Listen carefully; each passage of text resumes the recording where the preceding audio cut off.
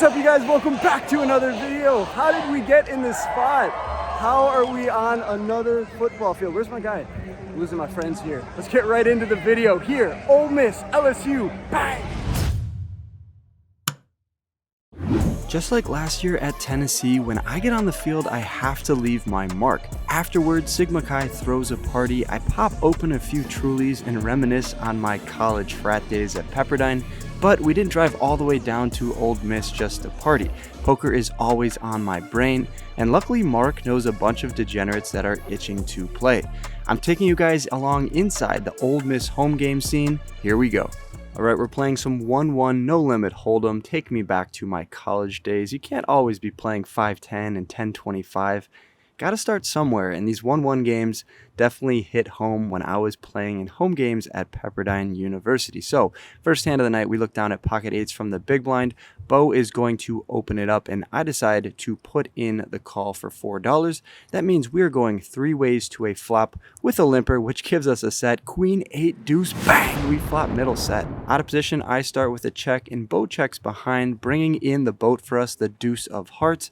Gotta go for some value here. Half pot seems appropriate. $5 is the bet, and Bo snap calls. King of spades is a good card because he's going to have a lot of king, queen, ace, king, king 10, all of that good stuff. So I'm going to polarize here and go large. I bet $25. Unfortunately, though, Bo finds the fold. Great fold from him. I'm taking on that first massive pot of the night, $30. Ship it over to me, dealer. All right, let's try to go back to back with the sets here. I look down at pocket sixes this time from the hijack, and I open it up to $3. The button puts in the call. The small blind calls as well. We are going off three ways to a flop, and we are going back to back. 8, 6, 4, bang, we flop middle set once again. You'd think this was my home game the way I'm flopping sets in this one, but I'm going to bet out for $5 into the $10 pot once again, and the button puts in the call. That brings us off to the turn, which comes the deuce of clubs. Probably should go large in this spot. A lot of things to get value from any 8x, any overpair like 10s or 9s. So yeah, I like a $15 to $20 bet. Let's see what I decide to do. I decide to keep my opponent in there with all of his hands and bet small for $5. And it looks like it worked because the button puts in the call. That leads us off to the river in a $30 pot, which gives us another boat, the 4 of hearts. And now I definitely like a larger sizing, at least $15 in this spot. Come on, Wolfgang, put in at least 15 bucks. That's what I decided to do. $15, half the size of the pot. Can get called by any 8x, any pocket pair, maybe even pocket 7s that doesn't believe us. At the end of the day, though, we are not getting that river value. The button folds his cards. Another $30 pot with middle set coming over my way. And yeah, 2 for 2 on the night. No complaints so far. I unfortunately was not able to capture this next hand, but just believe me, I straight over straighted an opponent. The opponent's name is Hudson, and kind of a bad beat here. Oh, I made it. I'm going to cooler him in a large one, and you're only seeing the aftermath, but I wish I would have gotten that one from the beginning. No worries, pocket 10s from the beginning here. I'm going to cut off and raise it up to $5. 3 players are non-believers putting in the call, which means we are going 4 ways to a flop, which comes queen, 8, 7 with 2 hearts. Having the 10 of hearts in my hand is a good card to have. I can back into some flushes. Of course, I already have a pair, and then I also could back into some straights.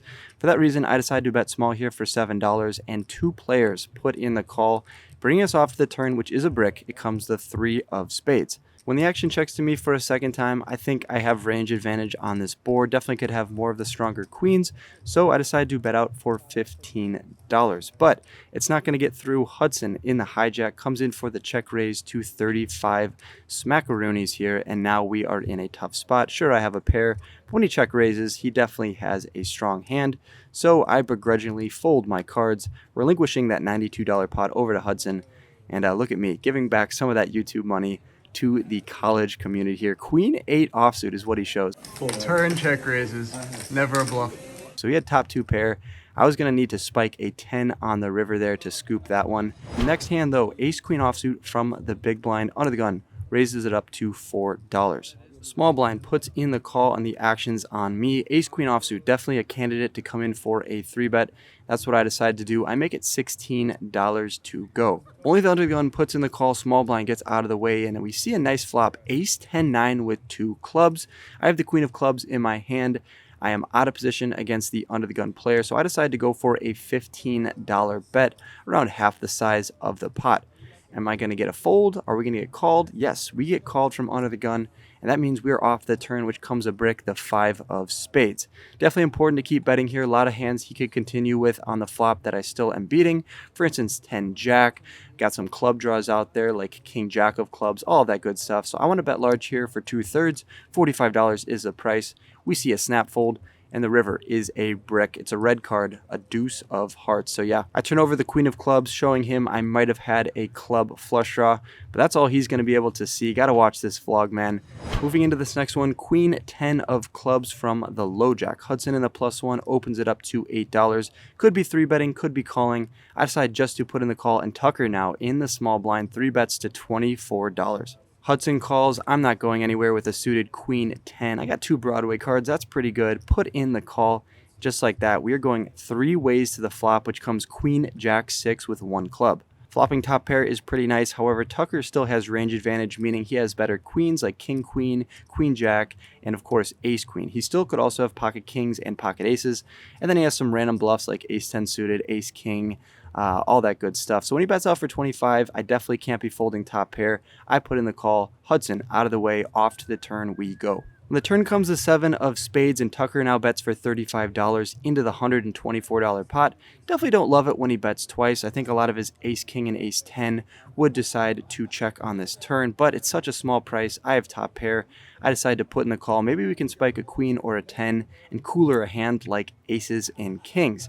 So putting in the call, we're off to the river in a $200 pot, which comes the 5 of clubs. Another brick and another small bet comes in from Tucker. $55. It's only 25% the size of the pot. I don't think I can go anywhere. It's a home game. I got to give back to the community if I am beat. But I have top pair, so some of the times he's going to try to run a bluff and make the vlog, show his friends this video. And so I put in the call, but his friends are going to see that he is the winner in this one. Pocket Kings, the Cowboys here in Mississippi, taking it down. $300. A nice size pot going over to Tucker. Nice hand, sir.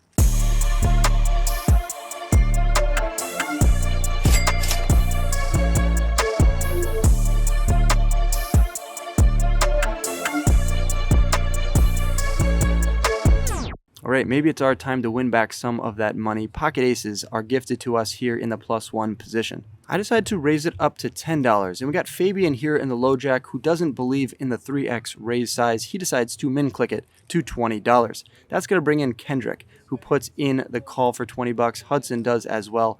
And I can't resist putting my entire stack in. I have everybody covered, so yeah, I'm going to go for an effective jam here and put everyone to the test. I have the best hand ever created. Fabian puts in the call. Everybody else gets out of the way. We are going heads up to a run out. Let's roll the clip. You don't want to show me? Yeah, what? He doesn't want to show me. He wants to run it twice. We're running it twice. Running it twice? Each chop, neither sit down. All right, here we go. Top board. No, top board counts always. Oh, okay, cool. For the Nick game. Oh, fuck, Graham!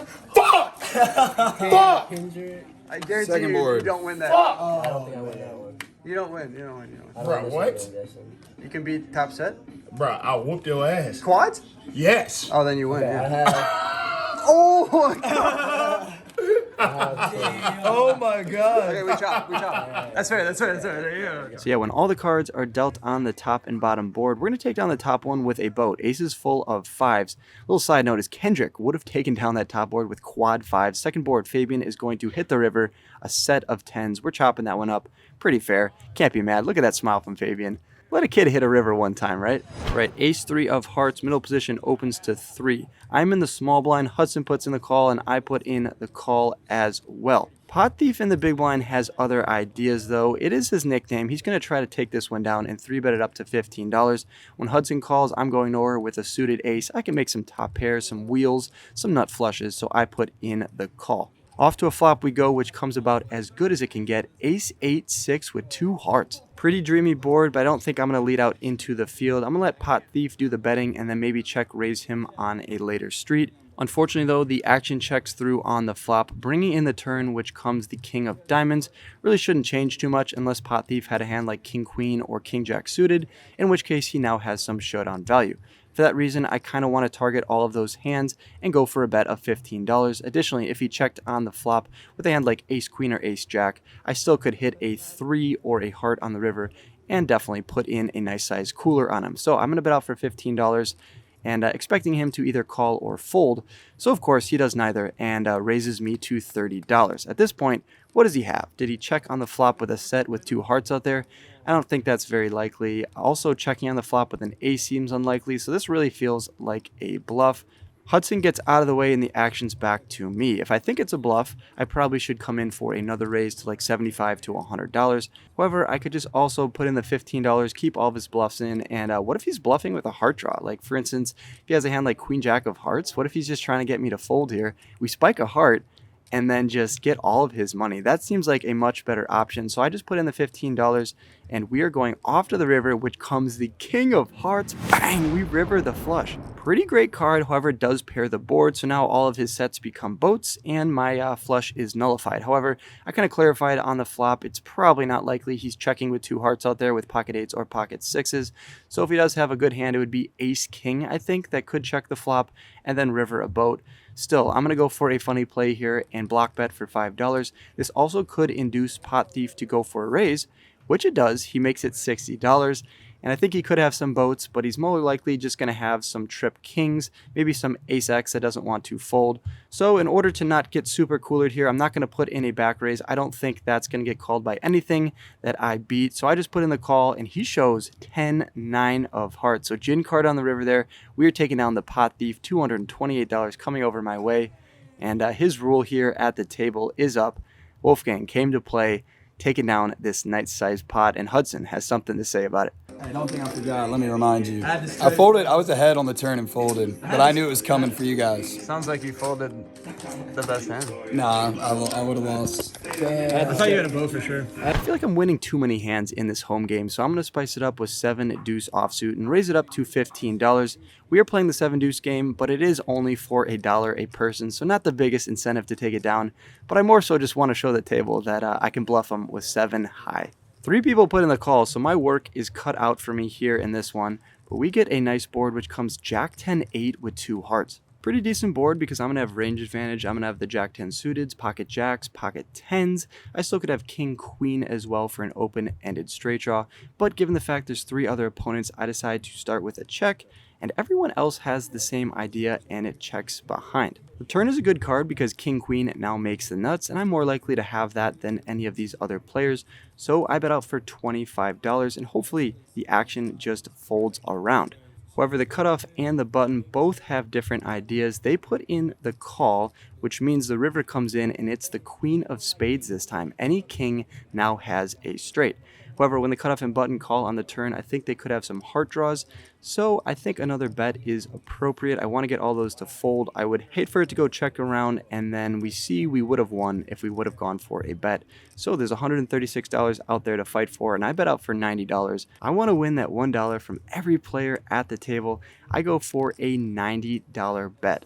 Seems a little counterintuitive bluffing with 7 deuce to only win about like $6 or $7 from the table. But that's what you gotta do sometimes. It's a fun vlog, but it's not fun anymore when the cutoff jams all in. Hudson on the button puts in the call, and we gotta get out of there with our 7 deuce. They're gonna chop it up, obviously, both having a king in their hand. Unfortunate for us, we ran into it. That river is not what we wanted to see. King 9 and King 8. A brick on the river like a deuce or a 3. We could have got that bluff through, but sometimes the cards do not go your way.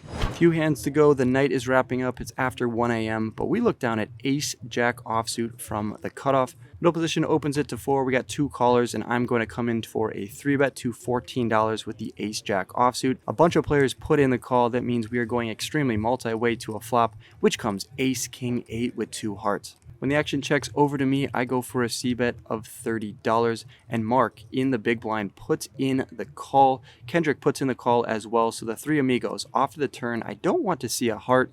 That's the front door heart draw, and that's not where we got. The 10 of diamonds peels off on the turn. Mark and Kendrick both check it over to me on the turn. I think it's important to go for another bet. Like I said, there's some heart draws out there. They could have some worse ace X, and of course they could have like king queen or king jack for a gutter to the straight. So definitely got to charge that. 174 in the middle, and I decide to jam my stack in for $95. Yes, I only have $95 in my stack. I was crippled after that 7 deuce bluff. After Mark folds, Kendrick has other ideas. He doesn't want to let his can go, so he puts in the call. It's 1 in the morning. He wants to make the vlog. Hasn't made too many appearances so far. Puts in the call, and we're going to run it twice to see what happens. Mark shows us that he folded Queen 10 offsuit. Kendrick, Jack 9 of hearts. We're going to see 2 runouts here. The King of diamonds followed by the 4 of hearts, chopping that one up with Kendrick. Once again, not mad about it. He hits that second river. We're going to chop up the second to last hand of the night, bring us into the finale. The last hand, Ace Queen of diamonds from under the gun, and I start with an open to $12. Josh comes in for a min 3-bet. He clicks it back to $24. And when the action's back over to me, I could be 4-betting, I could just be calling, but not too many 3-bets are happening from my opponents, so I think his range is pretty strong at this point. I just put in the call. Off to the flop we go. Flop's pretty groovy for us. It comes 10-4-3 with 2 diamonds, and I start with a check. Why do I check on a board that is pretty good for me? Well, he still could have all the overpairs like jacks, queens, and kings, and I want to let him continue to bluff with hands like ace king, ace queen, and like ace jack. I could go for a check raise and get a little bit more value from those hands. So when he bets out for $12, that's what I'm going to do. Check raise it is up to $45, and I think at this point all of those hands I just mentioned can fold. However, if he does call, he's going to have some pocket pairs. So when Josh finds the call, I'm putting him on hands like jacks, queens, nines, eights, sevens. Of course, he could have a hand like ace 10 or king 10 suited, but we're going to need to hit the turn or river at this point because he definitely doesn't just have some high cards. There's $130 to fight for. I have around $90 in my stack, which means we are going all in. A jam for $90, and Josh goes into the tank. At the end of the day, he does find the fold, which is what we wanted to see. He later tells me he had pocket nines. I'm not sure if he should be folding pocket nines there, but I definitely appreciate it because that means I am taking down this pot. An insult to injury to Josh is the river would not have helped me, meaning Josh would have taken down this large size pot. Let's do a hustler's zoom camera here in on Josh to show you guys what the guy looked like who folded the best hand.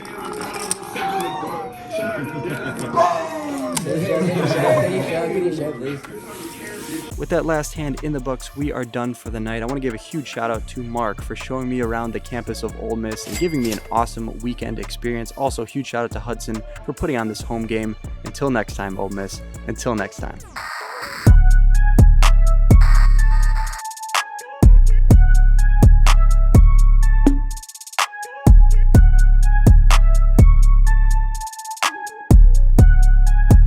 Is that Wolfgang Poker?